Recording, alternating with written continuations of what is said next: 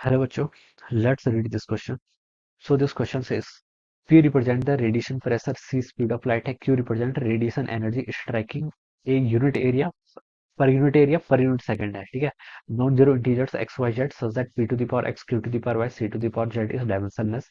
आपको यहाँ पड़ेगी डायमेंशन से बतानी है एक्स वाई जेड के आपके डायमेंशन, ठीक है. डायमेंशन क्या होता है? नंबर्स होते हैं, ठीक है. तो इस क्वेश्चन का बच्चों की कॉन्सेप्ट आप क्या लिख सकते हैं? डायमेंशन लिख सकते हैं. यहाँ पर आपको डायमेंशन बतानी है, ठीक है. डायमेंशन यानी कि एक्स वाई जेड की वैल्यूज बतानी है. ओके.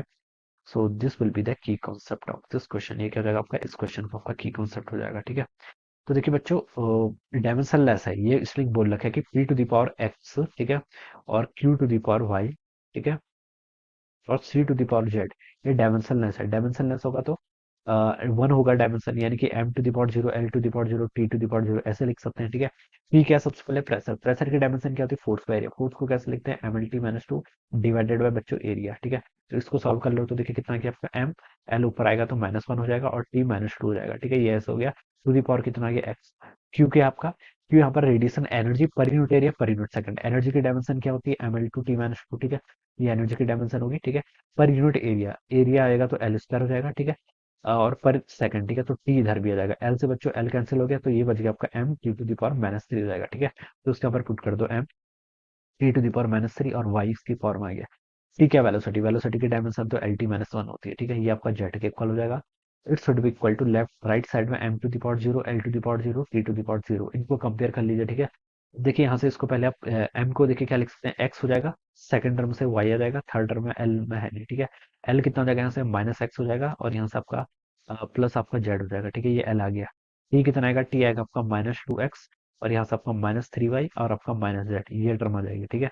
ये किसके इक्वल है? ये हो जाएगी आपकी M to the power zero, L to the power zero और T to the power zero. अब यहाँ से देखिए कॉफिशिएंट को जो उनके क्या है पावर्स हैं उनको आप क्या कर लीजिए? कंपेयर कर लीजिए, ठीक है. तो पहले से तो आपका आ रहा है एक्स प्लस वाई जीरो के इक्वल आ गया, ठीक है.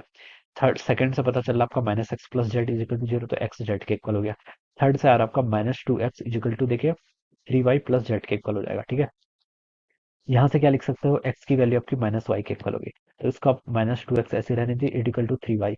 वाई को मैं माइनस एक्स लिख सकता हूँ तो मैंने इसको यहाँ से माइनस थ्री एक्स लिया. जेड को मैं एक्स लिख सकता हूँ तो एक्स हो जाएगा, ठीक है. इसको जेड को तो जेड ही रहने देंगे ना, तो ये तो हमें वैल्यूज पता चलेंगी, ठीक है. तो यहाँ से आपका देखिए बच्चों क्या आ गया आपका जेड की वैल्यू आपकी एक्स के इक्वल आ जाएगी ना यहाँ से, ठीक है. जेड की वैल्यू कितनी आ गई यहाँ से आपकी? एक्स के इक्वल आ गई. तो जेड की वैल्यू यहाँ से एक्स के इक्वल आ गई. तो अब यहाँ से देखिए हमें वैल्यूज पता कैसे चलेंगे फिर, ठीक है. एक्स प्लस वाई आपका जीरो के इक्वल आ गया है, ठीक है. और तो बता सकते हैं एक्स आपका माइनस वाई के इक्वल आ गया. एक्स देखिए आपका सेकंड से तो आपका जेड के इक्वल आएगा. माइनस टू एक्स किसके इक्वल होगा? आपका थ्री वाई प्लस जेड, ठीक है. मैं इसको इस साइड लेके आ गया. इतना ठीक है. एक्स को देखिए माइनस टू एक्स तो ऐसे ही रहने दिया. वाई को मैंने ऊपर वाले से रिप्लेस करके कितना लिख लिया? एक्स. तो यहाँ से आपका माइनस थ्री एक्स हो जाएगा, ठीक है. वाई को माइनस एक्स लिख सकते हैं, ठीक है. तो थ्री वाई को आपका माइनस थ्री एक्स हो जाएगा. प्लस आपके यहाँ से जेड आ गया, ठीक है. अब जेड को बच्चों यहाँ से कितना गया? जेड आपका यहाँ से एक्स के इक्वल आ गया. जेड आपका बच्चों कितना गया? यहाँ से आपका एक्स के इक्वल आ जाएगा ना.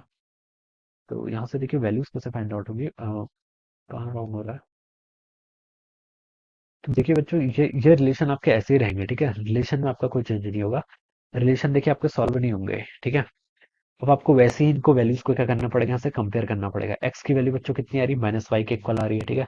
तो एक्स और वाई देखिए ऑप्शंस में देखिए एक्स और वाई आपके एक दूसरे के अपोजिट होने चाहिए, इक्वल मैग्नीट्यूड होना चाहिए लेकिन नेगेटिव साइन आना चाहिए. तो ए हो नहीं सकता और आपका डी भी हो नहीं सकता. तो बच्चों ए एंड डी तो आपके क्या हो गया? यहाँ से डिस्कार्ड हो गया, ठीक है. अब बचा क्या? बी एंड सी, ठीक है. बी पे और सी पर, ठीक है. और देखिए और क्या रिलेशन है आपको? और एक्स आपका जेड के इक्वल होना चाहिए, ठीक है. एक्स जेड के इक्वल देखिए बी ऑप्शन में है सिर्फ, ठीक है. इसलिए सी ऑप्शन भी आपका रॉन्ग हो जाएगा, ठीक है. तो बी ऑप्शन ही बच्चों क्या होगा? इसका करेक्ट हो जाएगा, ठीक है. बी ऑप्शन को देखिए मैच करिए. एक्स की वैल्यू वन है, ठीक है. एक्स की वैल्यू अगर हम वन ले लेते हैं तो यहाँ से आपकी जेड की वैल्यू वन आनी चाहिए, ठीक है. तो जेड की वैल्यू वन है और वाई की वैल्यू माइनस एक्स के इक्वल है तो वाई की वैल्यू यहाँ से माइनस वन हो जाएगी. तो वन माइनस वन जेड, ठीक है. तो बच्चों बी ऑप्शन क्या होगा? यहाँ से आपका करेक्ट होना चाहिए, ठीक है. तो ऐसे आंसर निकालेंगे इसका. So this will be the answer of this question. So I hope you all understood this concept. All the best and thank you so much.